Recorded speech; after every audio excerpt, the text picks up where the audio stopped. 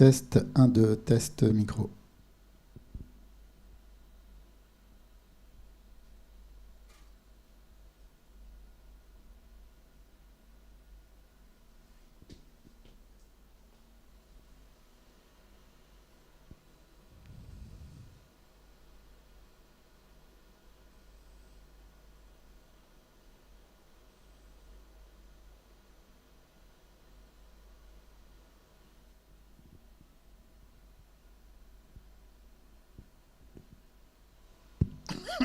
Test micro 1, 2.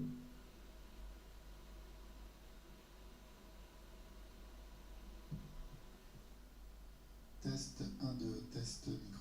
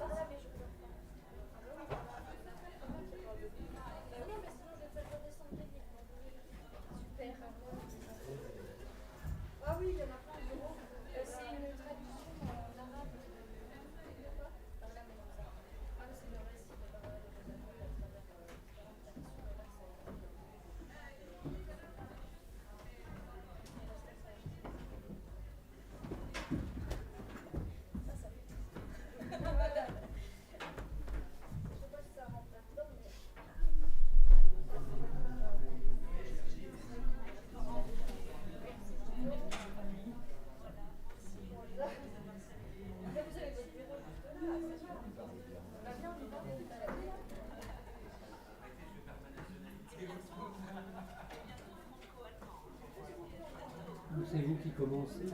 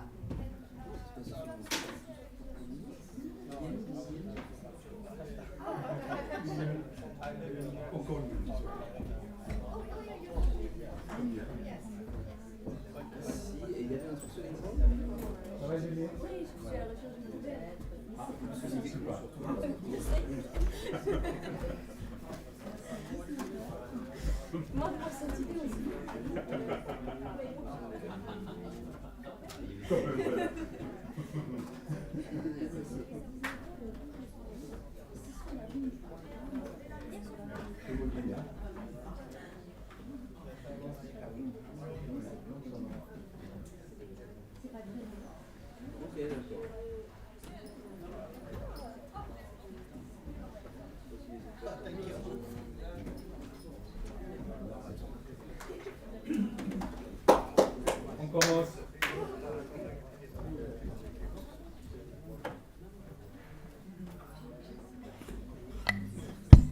Alors bonjour à tous, ou plutôt rebonjour.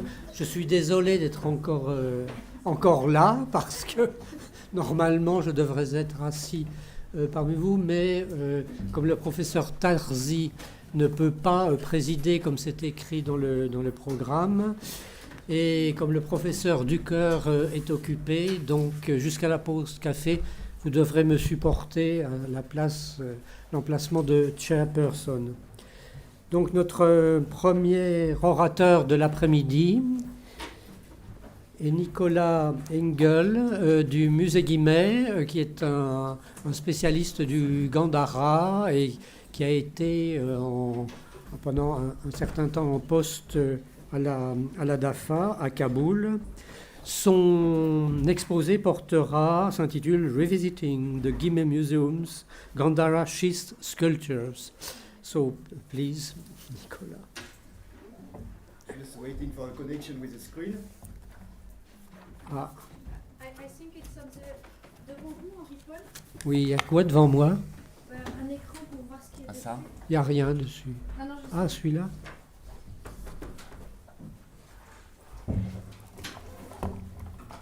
Je ne vais pas me risquer.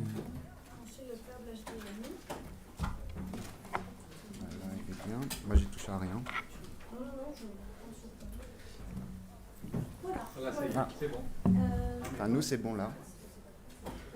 Ah, bah, très bien. Du premier coup, la bonne communication. Ça a été enlevé, donc est-ce que ça a un intérêt? Parce qu'en fait, l'ordinateur, tu peux l'avancer? Peut-être, oui. Là il y a un trou sinon. C'est bon. C'est bon, il chauffe. Oui, parce qu'en fait, il y a deux câbles. Il y a HDMI et puis un câble USB. Très bien, merci beaucoup, Céline. Voilà, please.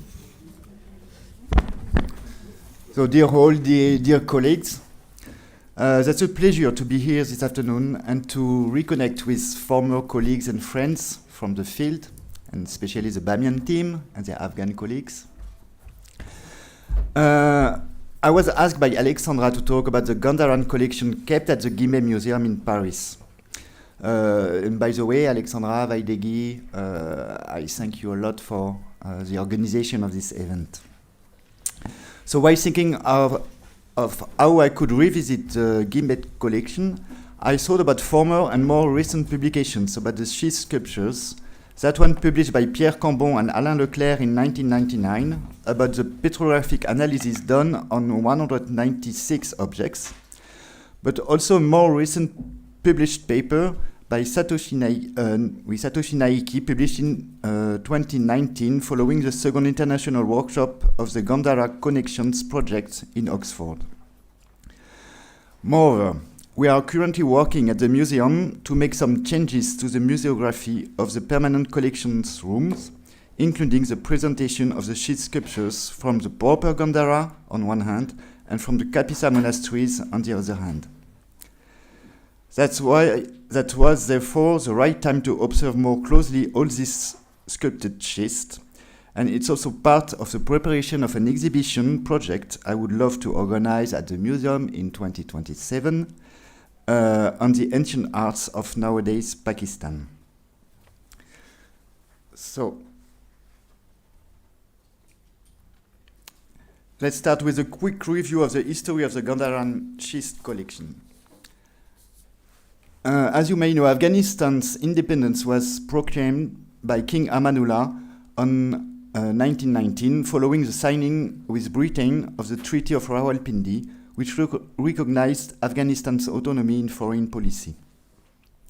On September 9, 1922, a convention was signed between France and Afghanistan at the request of King Amanullah, establishing the French archaeological delegation in Afghanistan, DAFA.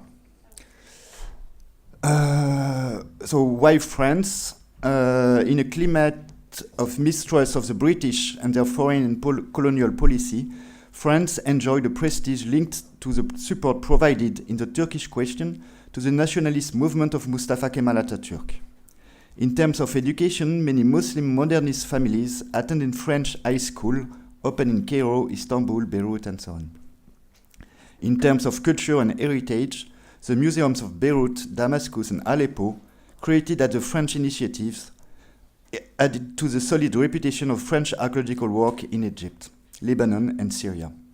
And finally, France was then present in the neighboring Persia, where France had since 1896 obtained the monopoly of excavations. According to the text of the convention, the Afghan government delegated for 30 years to France the exclusive right to prospect and search throughout Afghanistan.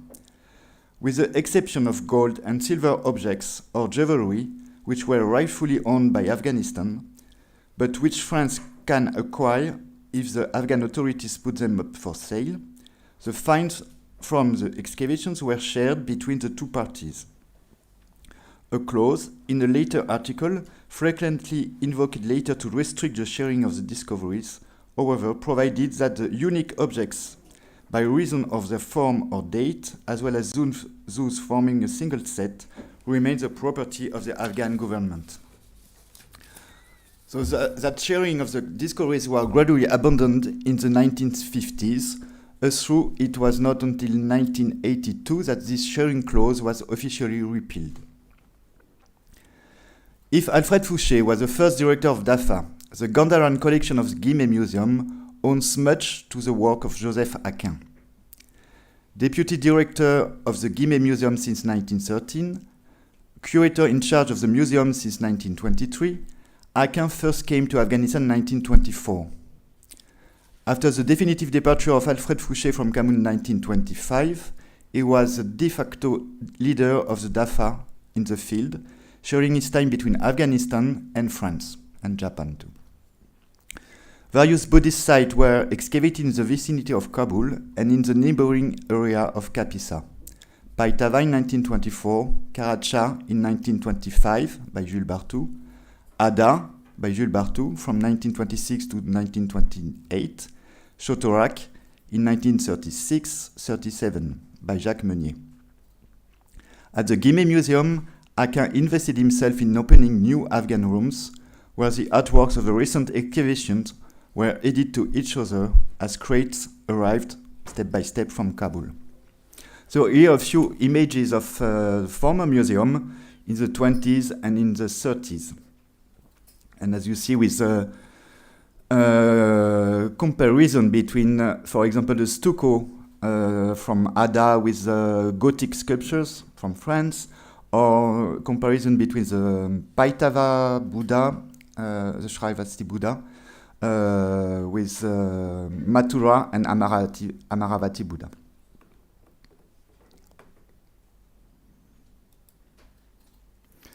So a picture of the Chotorak excavation, who led us a lot of sculptures, actually.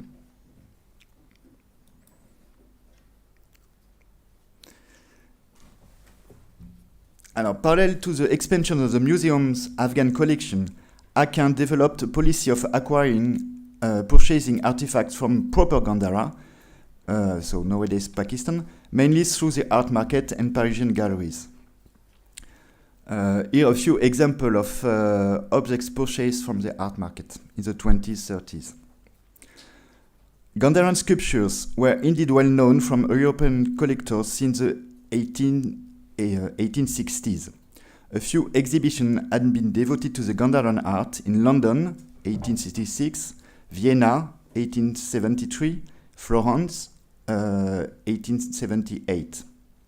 Not to mention the first collections created by explorers who had the opportunity to venture into Afghanistan, such as Charles Mason officially employed by the British East India Company to collect antiques.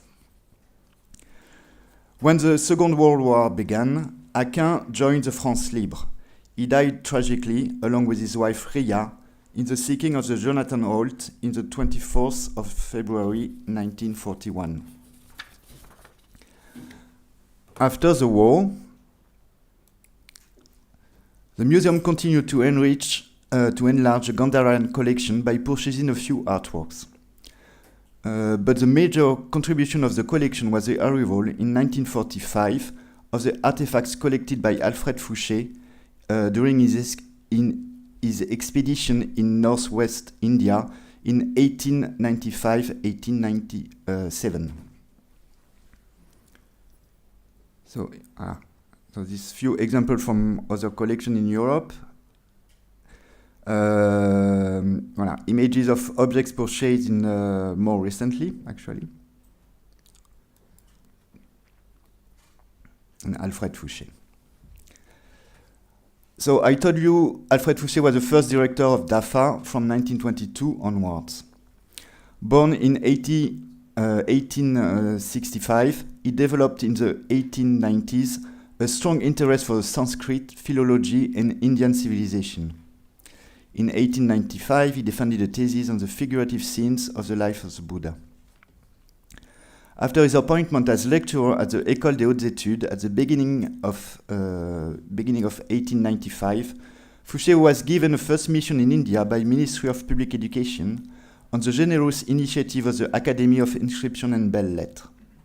For 2 years, between November 1895 and October 1897, he traveled throughout India. So he wrote later, in his first report, July 1896, intended for Minister of Public Education, my purpose was to study the religions of India, especially their artistic manifestation, and more particularly the Buddhist art of the Northwest, where the classical influence is so strongly felt. So he arrived first in Calcutta, so Kolkata, where he landed in by sea. Then he went to Lahore, and he studied both collections from Kolkata and Lahore, the both Gandharan collection gathered there by the Archaeological Survey of India. So just this. So this is from the photographs we have. We have a lot of photographic archives related to DAFA excavation, of course, but also related to Alfred Fouché expedition. So this is from the archives we have. Few objects from Kolkata, few objects from Lahore Museum, and Peshawar Museum were not yet created at that time.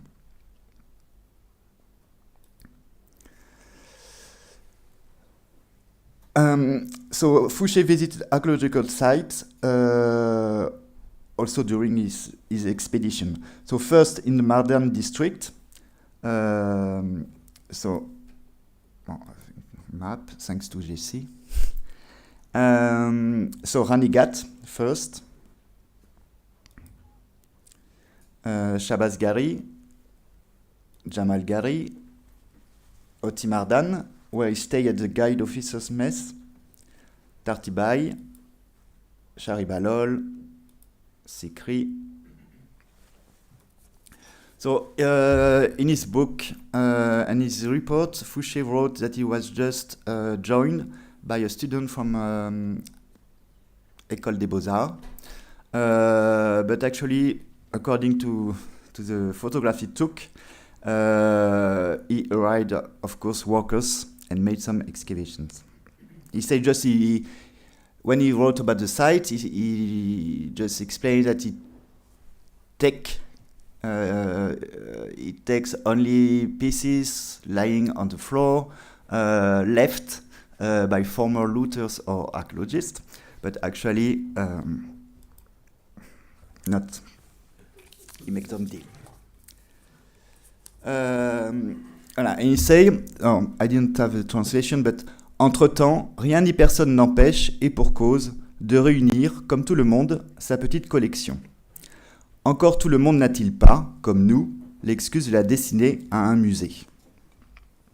Ça c'est Sur la frontière indo-afghane, a book published in 1901. So Fouché went then to the Kashmir, but we don't have pictures actually, and then to the Malakand district and the Swat Valley, documenting through photographies, stupas, and architectural remains.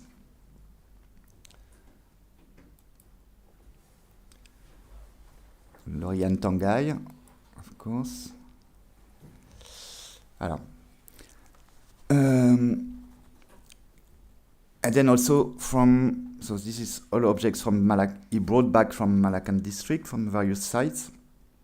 And he went also to Peshawar district. And he said that also he visited some bazaar where he purchased antiques in Peshawar, but also in Mardan. So Fouché collected a total of 105 sculptures, including two moldings and 75 schist fragments or complete sculptures that first entered the Louvre collection in the early 20th century, and then in 1945 came to Guimet Museum. Speaking about the archaeological provenance of these objects, which is a topic museums are currently facing and working on, 3 sculptures are related to Ranigat, 43 to Shabazgari, 7 to Buner or Buner Hills, 6 to the border of the Swat Valley, 17 from the Swat Valley itself, and 4 to Peshawar area, Peshawar Basin. We also have a few sculptures related to Sikri, Narinji, Tareli, Koi, Natu, or Sharsada. 14 sculptures have no known provenance. But I told you, as he went to Bazaar, maybe he purchased a few one. Enfin, he said he purchased a few one. So, inspired by the publication by Satoshi Naiki, but I would say now also from the presentation from Jesse Pons, confronting schist sculpture from proper Gandhara and classification set up by Domenico Facena following the Italian excavation in the Swat Valley, ancient Udiyana, I started looking at the Guimet collection. So as Jesse told you, there is, according to Facena classification, there is 3 groups: the drawing style, the naturalistic style, and the stereometric style that can be ordered chronologically.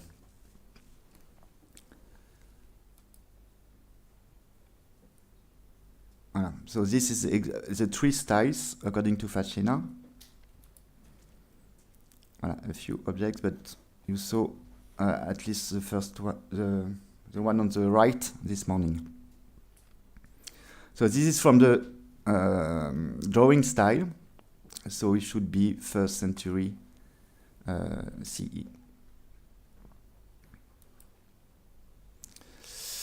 Alors, I tried also to organize, because I would like to reorganize the Gandhara schist sculptures collection. I'm wondering if I have on one side everything related to Buddha's life and all the others on the another showcase, or shall I organize through workshop, or the Swat Valley and proper Gandhara, Basin of Peshawar, how to organize the things. Maybe I need more space also. So that's a ongoing work. So this is 2 examples. We have 3 sculptures from Koi. And Koi, actually, I'm not sure. I didn't find it on the map. It could be Koi Tangai Kandarai or China Koi, which is a Buddhist site. It's in Mardan district, anyway. So this is 2 reliefs from Koi. And voilà, related for me to the drawing style, you see the Ushnisa, the flat Ushnisa of the Buddha, and all these parallel lines. So that could indicate maybe occupation or Buddhist occupation for Koi during the 1st century. But this doesn't work for every site. For example, here from Buner, the 2 reliefs are belonging to 2 different styles.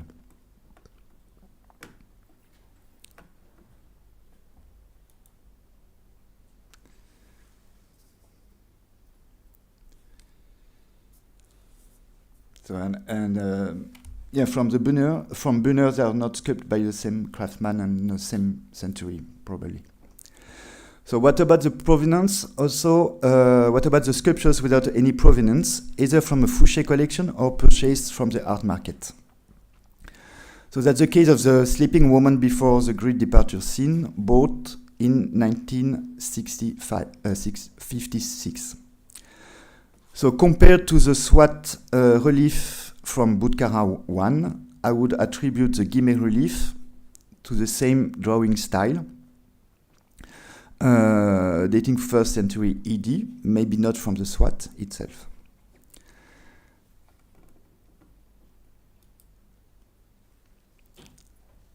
So also looking at the first drawing style, which is for me the most easier to recognize or to identify.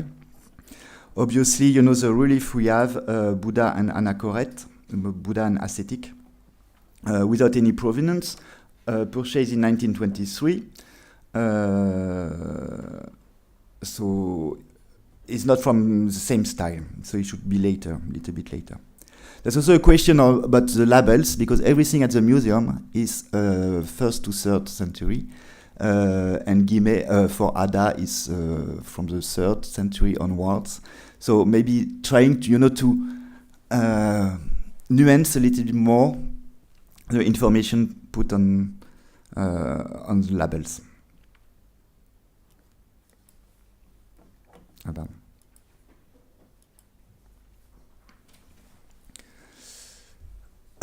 So both reliefs are documented from the Swat Valley. The second one, depicting the conversion of the Naga king Kalika and his wife to Buddhism, could be from the last stylistic group, the stereometric style. And this is maybe, you know, so to be compared with some panels shown by Jesse this morning, with this Buddhas and pilasters.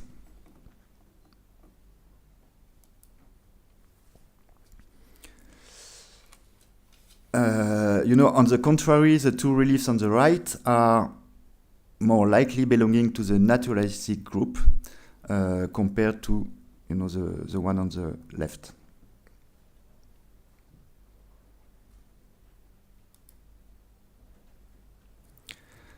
But all this panel, for me, but I'm open to any suggestion, all gathered by Fouché during his mission. Some of them without any archaeological provenance may belong to the same production, so maybe also the same craftsman or artist, somehow in the late 2nd or during 3rd century. So you know, some of them are coming from the SWAT, that's why I'm really interested by the SWAT collection, kept in different museums. And for those without any provenance, so we put Gandhara, maybe there could be some work to do. You see also on these two reliefs, for me that's not the same period, the same style, so the same artist, not the same artist.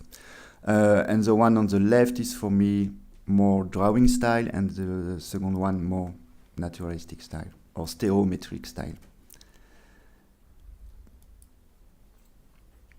So, and then I try also to look at specific figures, and we have a lot of monks represented on these reliefs. And yeah, there is also links between schist sculptures and stuccos from Ada, at least on the face. That's maybe not the same artist, that's not the same technique. But there is, yeah, maybe a contemporaneity of some relief and stuccos in Ada. So for me, yeah, in these monks there were two groups, the left group and the right group.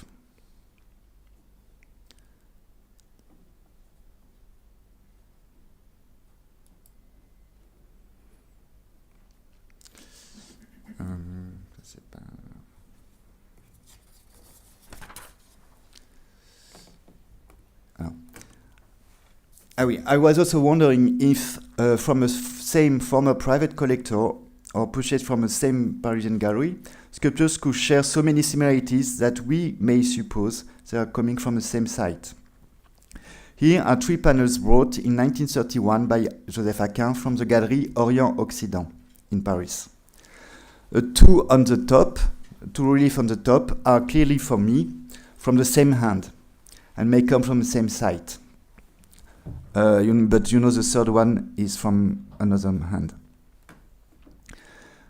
As you understood, looking at the Guimet Gandhāran collection, I still have a lot of questions and need some time to study it more precisely.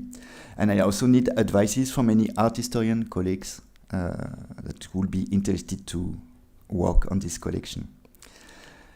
The idea is to set up a more comprehensive approach for the visitors.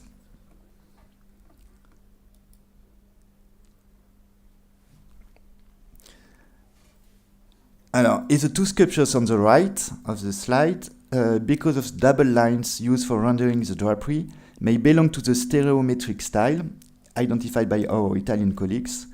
I'm not sure you know about the one on the left. For me, evocate more the drawing style.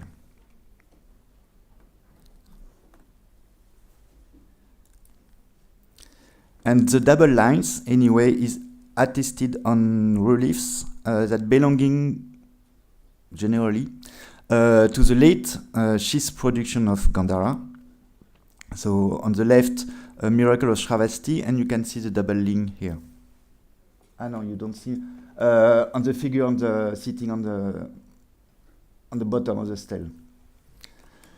And also on the second relief, which is a visit of Indra during meditation of Buddha in a cave, which is actually indicated in the label as a visit of ascetics to Buddha, but I think it's Indra visiting, because here you have in the middle on the right side of Buddha you have a musician.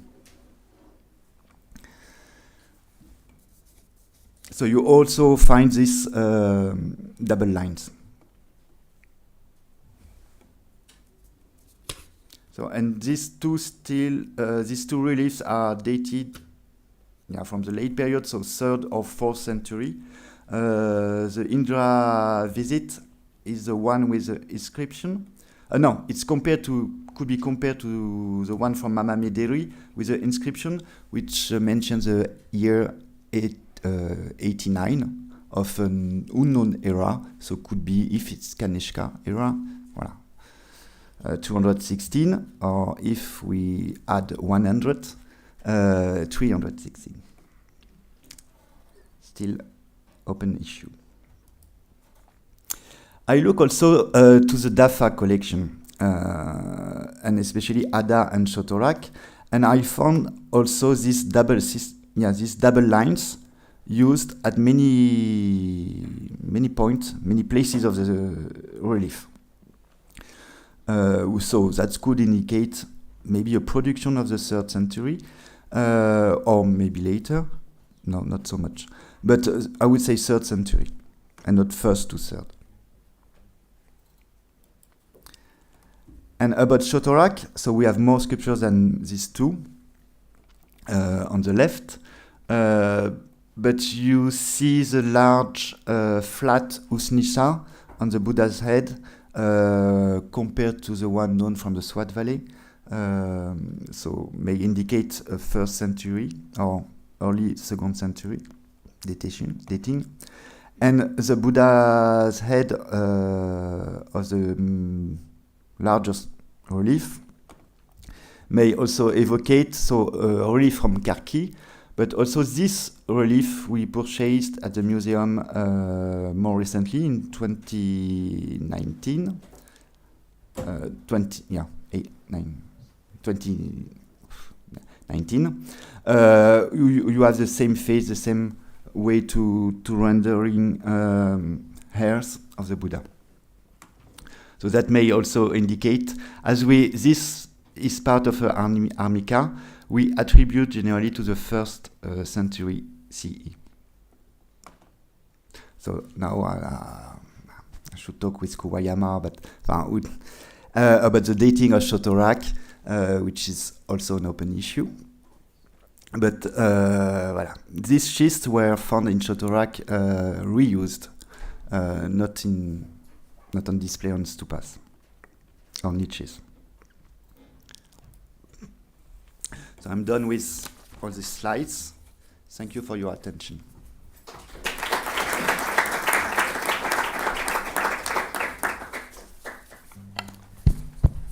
Thank you very much, Nicolas, for these not complete. It is such huge collections, but very ongoing, evocative, ongoing work on classification, datations, relying on various criteria and styles of Gandhara schist sculptures in the Musée Guimet. Well, the sculptures of the Musée Guimet are well kept, of course, since the beginning. They never suffered bad circumstances, luckily. And what you do is very important. Using such a wide panel of criteria is something which is not easy, and we must be very grateful for this work, because obtaining a better geographical, stylistic, chronological classification is of course a must for all Gandhara. All of us remember the words of Fouché or Schauberger. I don't remember that the Gandhara is an ocean of fragments, and more fragments now than ever. Well, I open for some questions if you would like. Alors, j'en ai 3. Oui, monsieur, là-bas, s'il vous plaît. Yes, I'm not really an expert, so could you explain a little bit more the different classification between drawing group, naturalist group, and stereometric? What do you mean with that for a non-professional audience?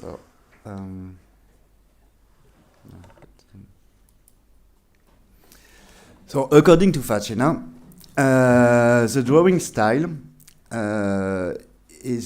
can be recognized or identified because of use of parallel lines. So it's more like a drawing, parallel lines. It's mainly this. And this style has been found in Budkara 1, Shaidu Sharif, and different sites from the Swat Valley. And always related to the most ancient layers or sculptures to pass. But is this more bas-relief or not? No, that all of them are bas-relief, used to ornamented walls of stupas or niches. But no, it's not more or less flat. Depends. Second style is naturalistic, because you have more. The figures are more moving, or rendering of the silhouette is more naturalistic. And the third one, stereometric, is called like this because it's kind of simplification of the naturalistic style. And especially you have these double lines, which is one of the major criteria.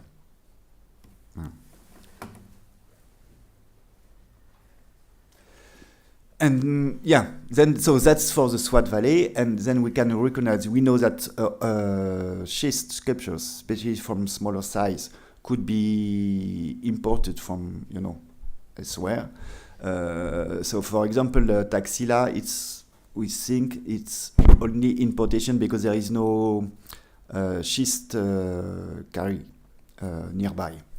We saw first that was the same in Ada. At least Fouché thought also that the schist from Ada was importation, but from Peshawar area or Mardan district. But actually in the 70s and 80s, study about botanic in Afghanistan, study about stone quarry in Afghanistan, and so on, all the resources of Afghanistan, showed that there was some local quarry near Ada, and of course near Chotorak and in Kapisa. But it doesn't change that we could also have importation. And Mes Aynak, but maybe Vydhegi will talk about Mes Aynak. We think it's importation from maybe Chotorak or Kapisa area.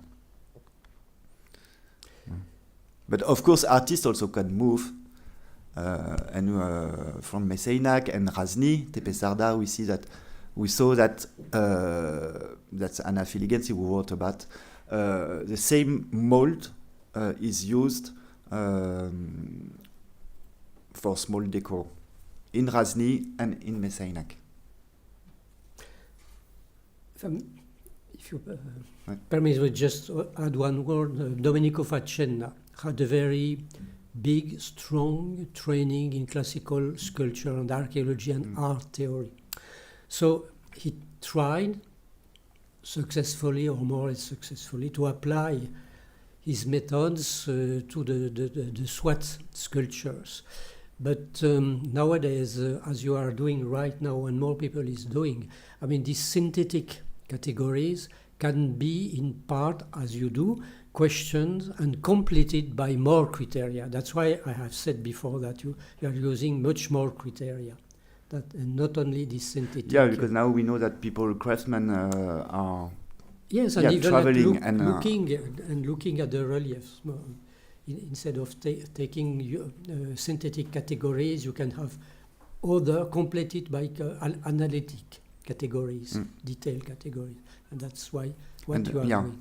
I don't want to put. I will enlarge maybe on the labels the dating. I won't put in the second half of the 1st century. No, maybe. Of course. I will extend a little bit, but it's just a frame for me. That was a frame for first study on this Gandhāran collection. It works or not, or I can maybe not go up to Faccenna, but that was a tool. Dr. Pons, Professor Pons has something. Professor Dr. Junior. It's good to be junior. I mean, it means that we are young. Anyway, thank you very much for your presentation. I have strong suspicions that it would be Koitangi because Cole was digging there more or less at the time when Fouché was roaming in the region, but maybe. The sites in the northern passes are a bit messy, but I think that would be the one. And I was wondering, this is all going to be put online? Oh, clearly there are objects that ring a bell when I look at the own collection, so that certainly we can try and compare material. Probably some matches are there. He was around. I mean, Fouché was in Chatpat, and So what do you intend to do with the collection? You mentioned that this would be, relabeling things to make it more approachable to the audience, to the viewers. But what about a database that could potentially communicate with database? No, we're supposed to deliver, maybe not at the end of the year, but maybe next year, to put online our database, our inventory, so that could be accessible for any researcher.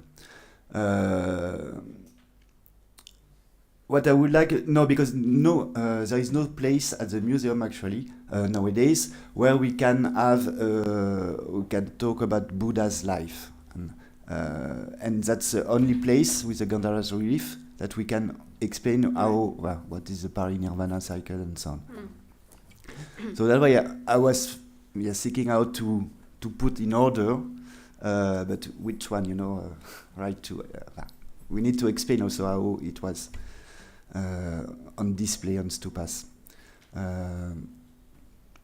So that's just first reflection about how to give more information to visitors about the use of this relief, about the meanings of this relief, and also to explain through groups that you see there is a chronology behind, even if it's ongoing research. There is different craftsmen, there is different hands, different style. There's also a geography of Gandhara between proper and greater Gandhara. Less proper. Voilà. How to explain all these notion concepts through these objects. Okay, thank you. So maybe another short question, No. please. I'm Satoshi Nai from Yeah, nice to meet you. Thank you very much for your Microphone, please. Hello. Okay. I'm really impressed with your work because Fouché's work in Gandhara is important, but I have not had good access to the information. So today's presentation is very impressive for me. Actually, tomorrow I will mention the Fouché's work in Shabazz Gallery. So could you show me again the I can photo share with of you, the afterwards the PowerPoint. Shabazz Gallery. Yes, Shabazz Gallery's excavation scene, maybe.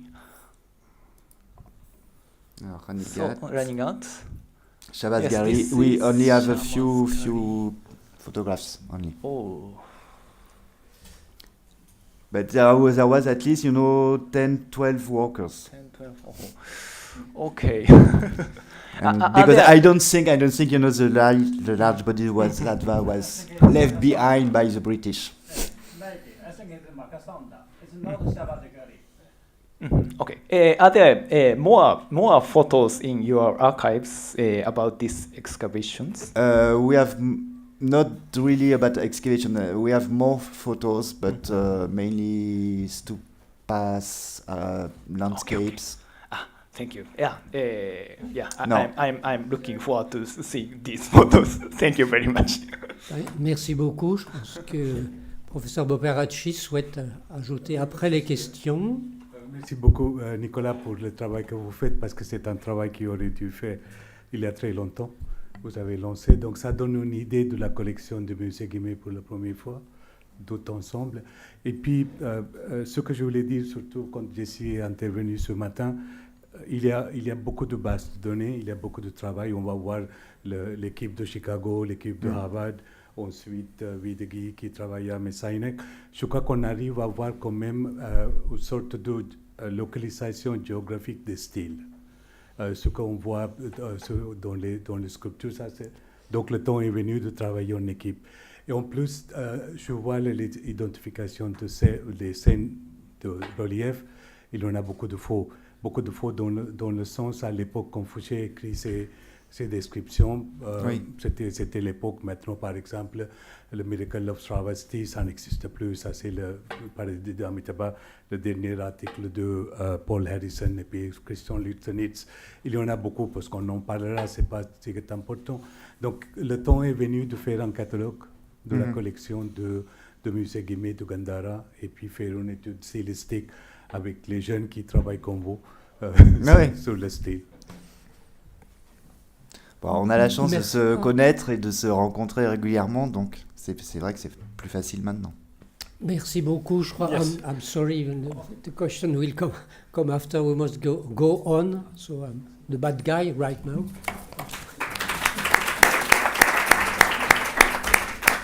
Donc ArnaudMARGUIER, c'est maintenant.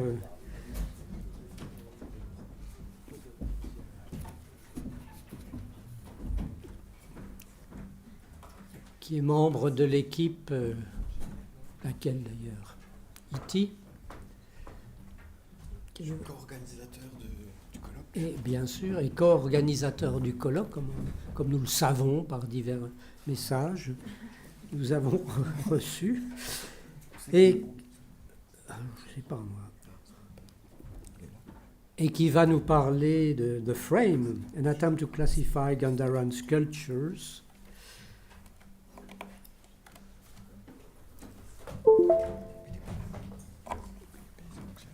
S'il vous plaît.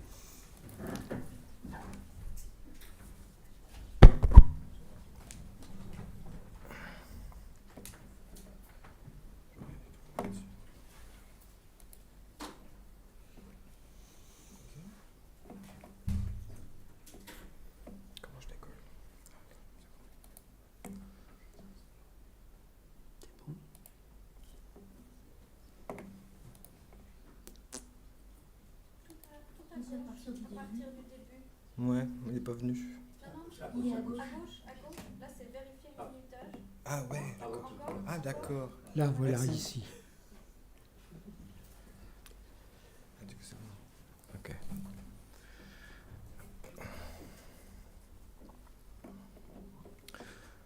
Donc. Ça fonctionne. Before all, I must, as suggested by my professor, the Maria Laitazi, explain a little what I mean by the word frame in the context of my paper. There are in fact many ways to understand it. Firstly, frame evokes the relationship of sculpture to monuments. The sculptures were not isolated, but are for the most part pieces of a dispersed puzzle we have to reconstruct. They were placed in fact in series on the different story of the monuments. And so the word frame corresponds to the architectural context in which sculptures were placed. Secondly, among ornamentations, we find columns each represented in a kind of rectangular panel, and they are described as framed columns. Thirdly, the ornamentations that we describe were sculpted around images of Buddha and scenes of his life, and so they form a kind of frame, like frames of paintings in our museums. Firstly, the central place of Buddha images and of representations of scenes of his life give a probable symbolic meaning to what is represented around them. There is on one hand Buddha's experience, and on other hand the rest of the world with its social life. The frame in this way is an evocation of the life. Finally, among those ornamentations we can see figures represented with dress depicted to give them an ethnic determination, and the frame becomes the historical context of production of the sculptures. Today we reflect on the artists and artisans in Gandhāran. Is it what remains of their work that gives us part of the answer? Following the suggestions of my teacher, the Maria Laitazi, I began a long time ago to draw some columns and pilasters represented on Gandhāran sculptures.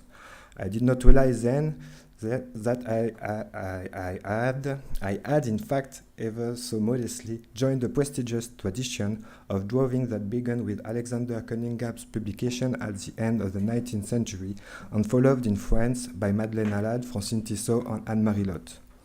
More recently, Osmund Boperacci also presented nice drawings of the sculpture of the so-called Bonner Stupa, and particularly of the different motifs used to separate scenes at each level of this monument. Furthermore, the method of using selected motifs to classify sculptures had been already employed with success by Philip Stern for Ajanta and Ellora, and by Mirai Benesti for Amaravati.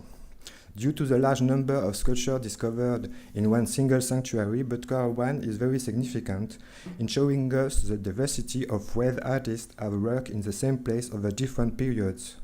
For this reason, I will first present here a study of a part of the ornamentations appearing in various forms of sculptures in this site. Secondly, I will show you a quick comparative study concerning essentially two of the most represented motifs in Gandhāran art, columns and pilaster of the Gandhāran Corinthian type. On some dojams from Gandhāran, the capital of Gandhāran Corinthian column has an abacus with an abacus with a horizontal protruding fillet, on the dome at the center with the flower. Below a central acanthus sleeve. Yes. Below a central acanthus sleeve is placed between two external volutes. The capital's lower part has 3 acanthus sleeves and an astragal.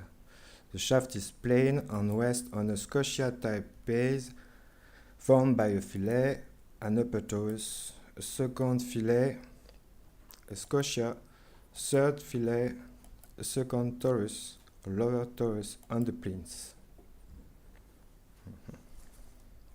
Some of the architraves supported by those columns are adorned with acanthus sleeves alternating with lotus petals, and others with a row of river-step pyramids. Those sculptures are bordered vertically by a garland of lotus flowers. Figures represented between the columns are dwarfs in a posture recalling Atlas, pairs of soldiers, a 6-armed deity with particular cap, a silly goddess, worshippers and musicians in Indian dress. Another dojam.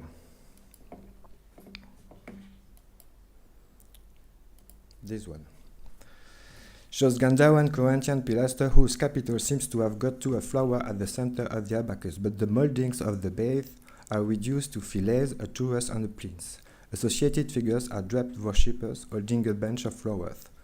The vertical garland of lotus flowers appears on other door jambs, but the associated figures are dancing people in Scythian dress, a warrior killing a beast, and an ascetic kissing a woman.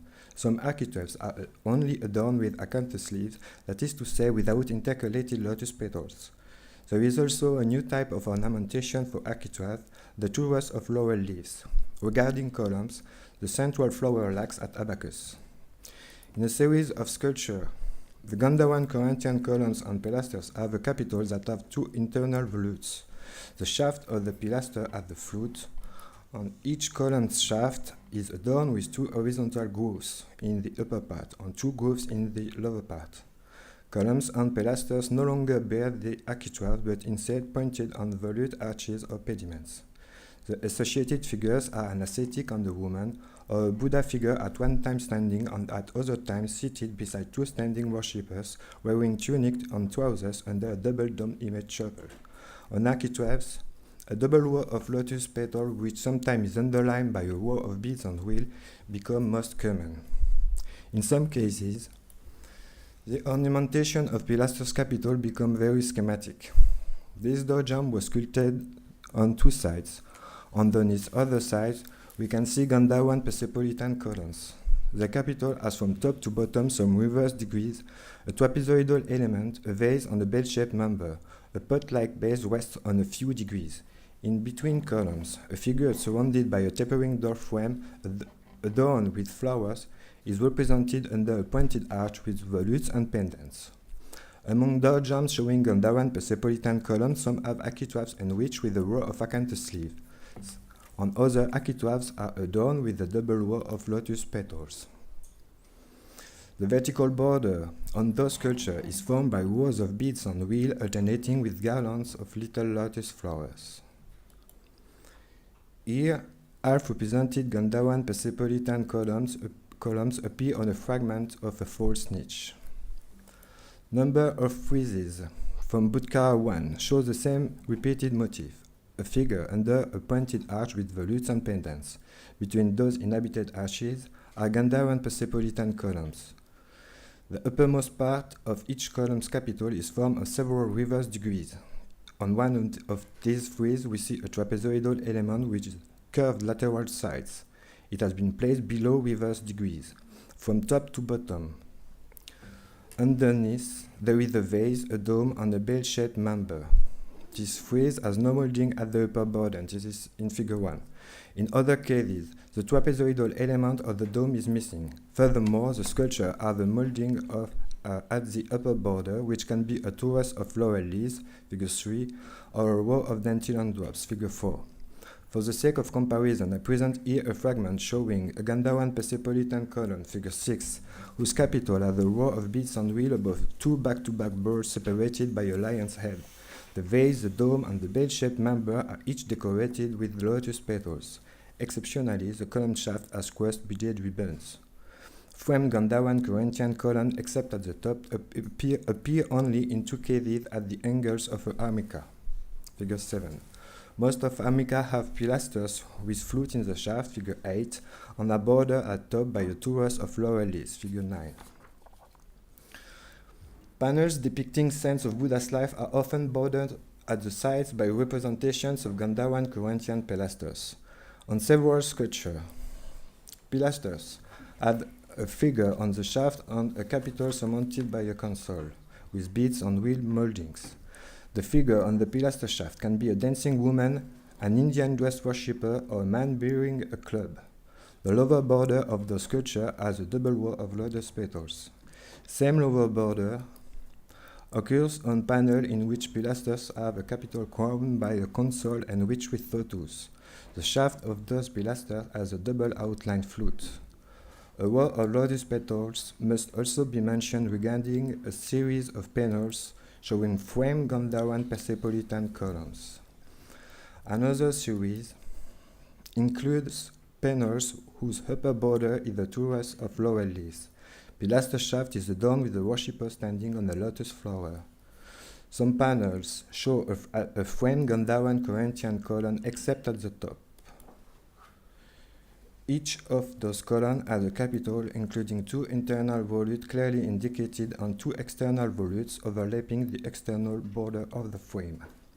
We can mention, for comparison, figure 3, a fragment bordered at the top by a row of lotus petals. This is a rare case of a framed Gandhāran Corinthian column whose shaft is adorned with grooves and whose lower part of the capital is reduced to 2 acanthus leaves.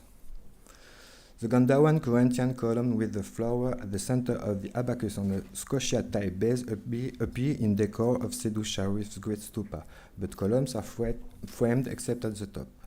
The smallest panel from Buddhara 3 has a column with slightly different capital. The flower at the abacus on the scotia-type base also appear on sculpture described as terrorizer reliefs. We can see standing figures wearing Indian dress, Greek dress, and to a lesser extent Scythian dress. There are also naked figures on both men. On the capital of each column, some grooves under the external volute evoke the chalice. Similar Gandhāran Corinthian columns also appear on relief panels from the modern collection, showing scenes of Buddha's life, but here the column's base is placed below the floor level of the scene. Here I present also a specimen from the Deer district whose shaft is exceptionally adorned with the cross-beaded ribbons. At Sangao, the column's frame has an upper border, and under each external volute an acanthus leaf is represented in profile view. Below the plinth of the column's base there is the lower border of the column's frame, and it rests on the floor level. Columns of Sikri stupa. Figure 5 are placed in the same way in a frame that has an upper and a lower border, but the base is partly represented below the floor level. Furthermore, the capital has internal volutes and does not have a profile view acanthus leaf under the external volute. A legendary scene from the same site, figure 6, has a slightly different column, and a third sculpture from Sikri, figure 7. I just clicked too much. Where can I do that? Yes.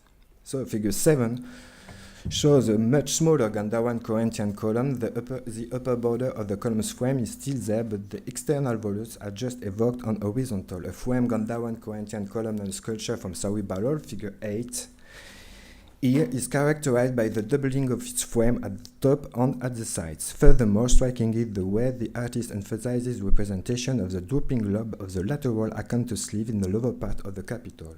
On a sculpture from Tatibari, bordered at top by a row of brackets topped by sawtooths, each framed Gandhāran Corinthian column at the base which looks like a pot, thus recalling some sculpture from Jamal Gari.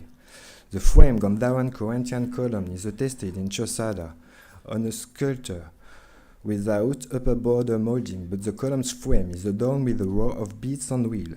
In Hada, on the framed Gandhāran Corinthian columns, 2 horizontal grooves placed at half the height of the shaft are particularly interesting.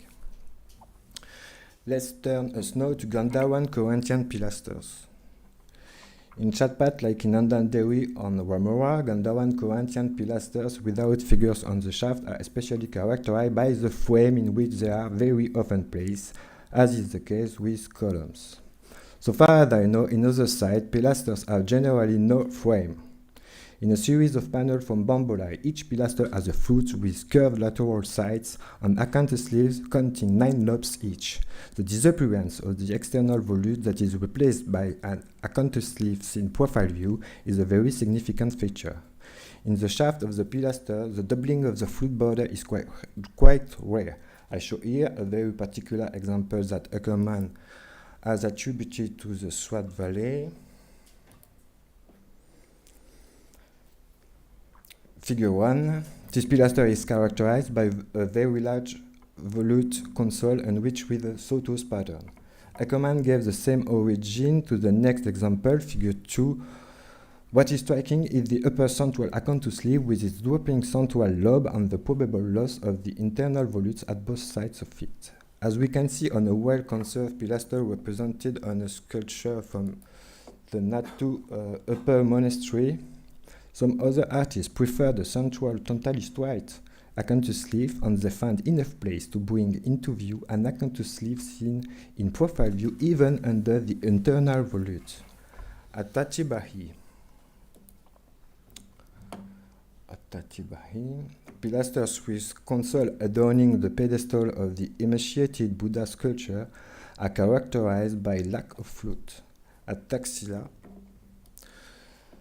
the console lacks, but the flute reappears timidly in the shaft. In fact, it's probably at Ada. Figure 1.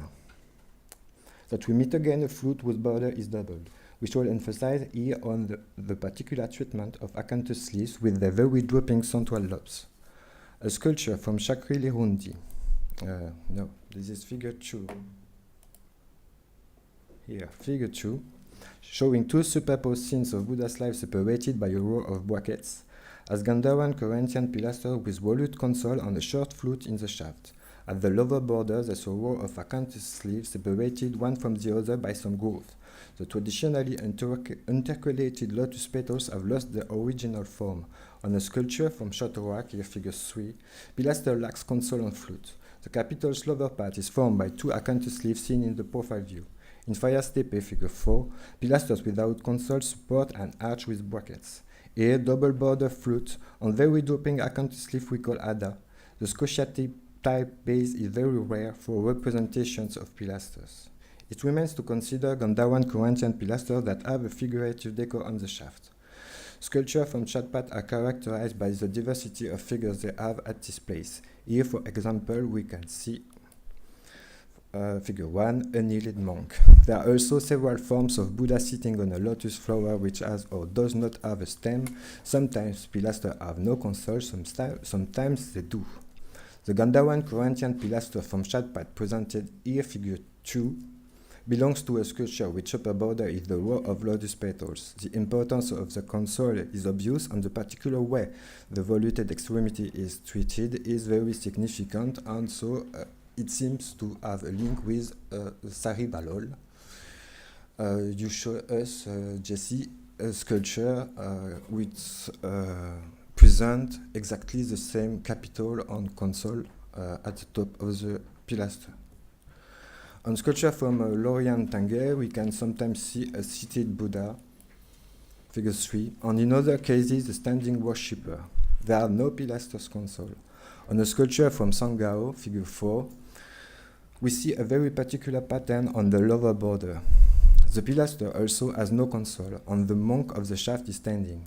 The Gandhāran Corinthian pilaster on a sculpture from Sikri, figure 5, has a short console and a worshipper on the shaft. A seated Buddha on the shaft appears also at Taxila, figure 6, and again the pilaster has no console. On the pilaster shaft of sculpture from Chotorak, figure 1, the figurative decor almost becomes a scene, and the capital with two superposed rows of acanthus leaf is very important.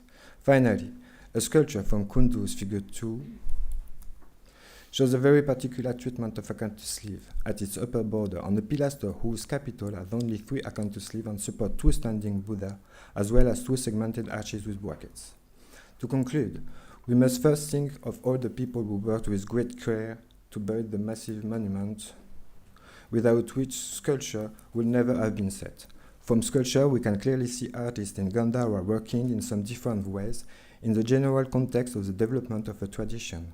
First classification to be made is the form of the sculpture.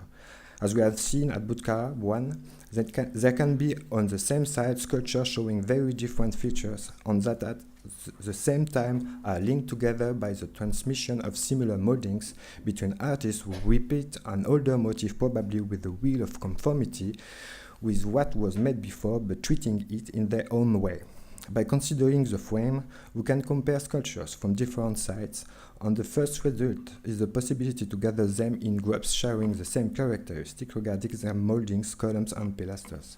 I pointed out some examples of sculpture showing Gandhāran Corinthian columns and pilasters, which origin is well attested for. Each of them presents its own particularity and is a reference point to proposing probable productions workshop for each of the numerous sculptures of Gandhāran art which are disseminated in museums and for which indication of origin is lacking. Indeed, by cross-referencing information used from careful observation of columns and pilasters on one hand and at the other by the description of upper and lower borders, we get a very nice tool to objectify our approach to this sculpture. I will not present here the typology of Gandhāran Persepolitan columns, nor will I show more on how much the description of moldings at upper and lower border of the sculpture is efficient to find sculpture which share same stylistic treatment of drapery, same proportion of the human body, and same way to compose the scene. Furthermore, I will not speak about the figures placed in a frame to separate scenes and of different other types of ornamentation that have been used for this purpose. Also, the study too is relevant. It remains to thank Professor Guillaume Ducoeur for inviting me to co-organize this colloquium, ETISA staff for all its work, and Professor Zemaya Laitazi and his daughter Nadia for the help to redact this presentation. Thank you.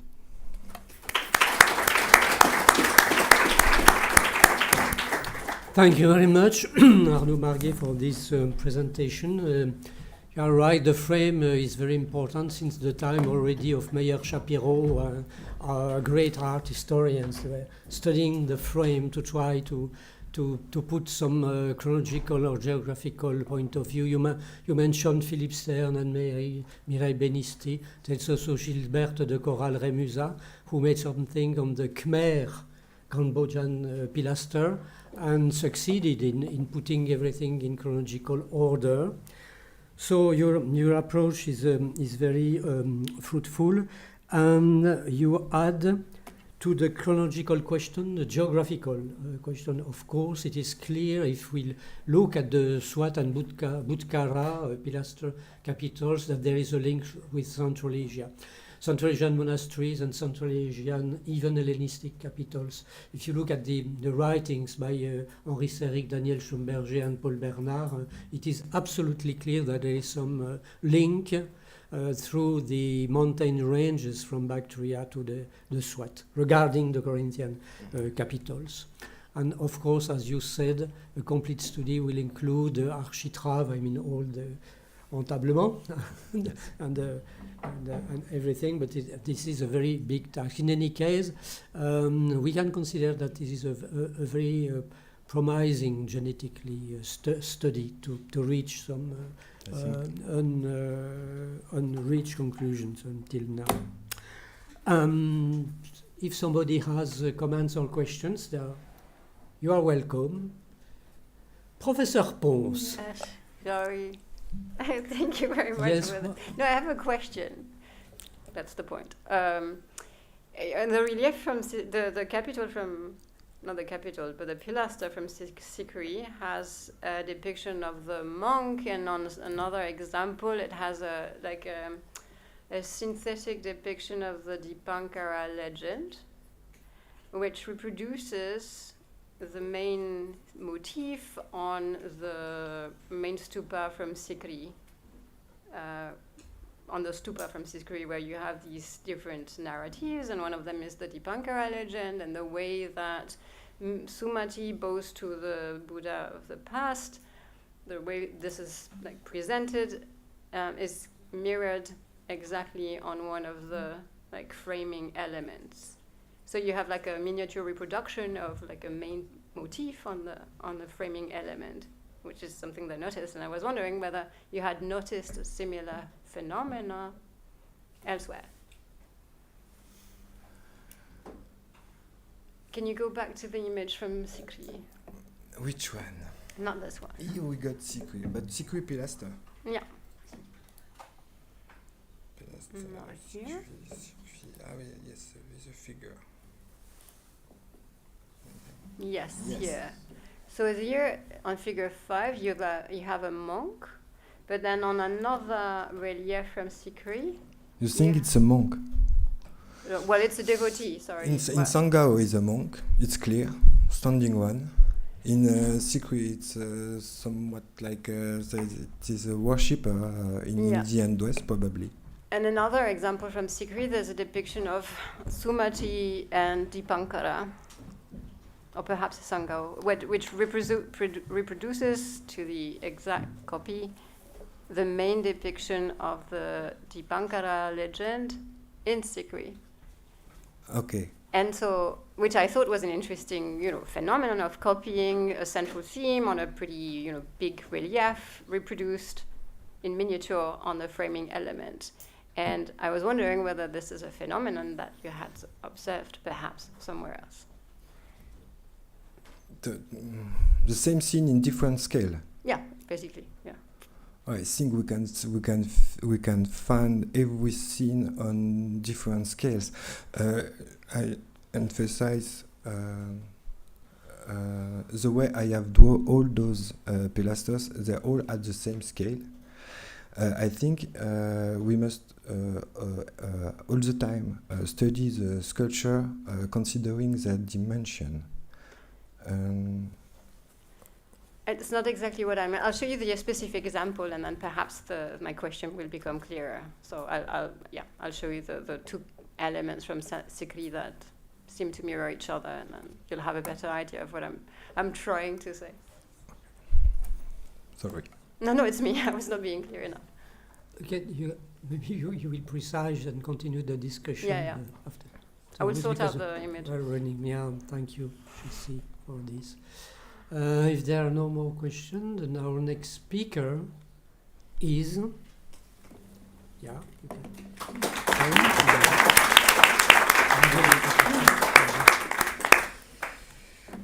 Vydhegi BRICE, please. Preliminary observation on few Buddhist sculptures from Mes Aynak in Logar.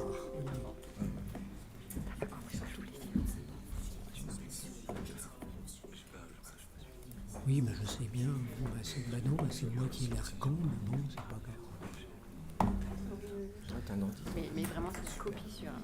Je vais utiliser une miniature. D'accord. J'arrive à sortir ma clé de scène. Que tu as d'habitude. Voilà, mais au même endroit, c'est exactement le même.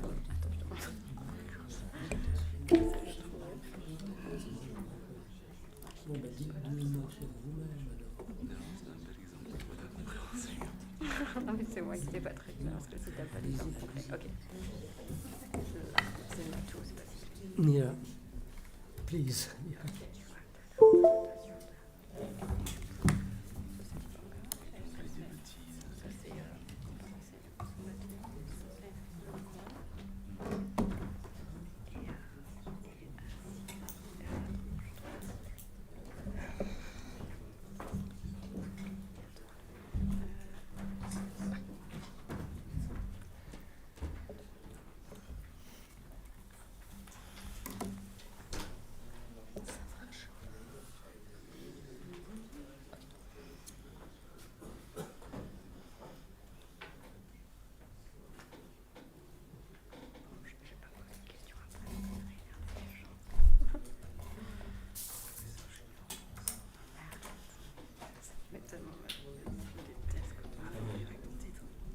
Les Allemands, ils adorent ça.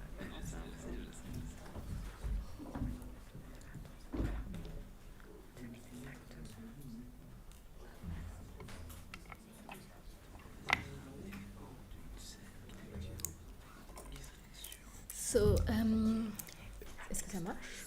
Ça marche. Okay. So this contribution will be about the ancient Buddhist settlement of Mes Aynak, located in Logar province, about 35 kilometers southeast of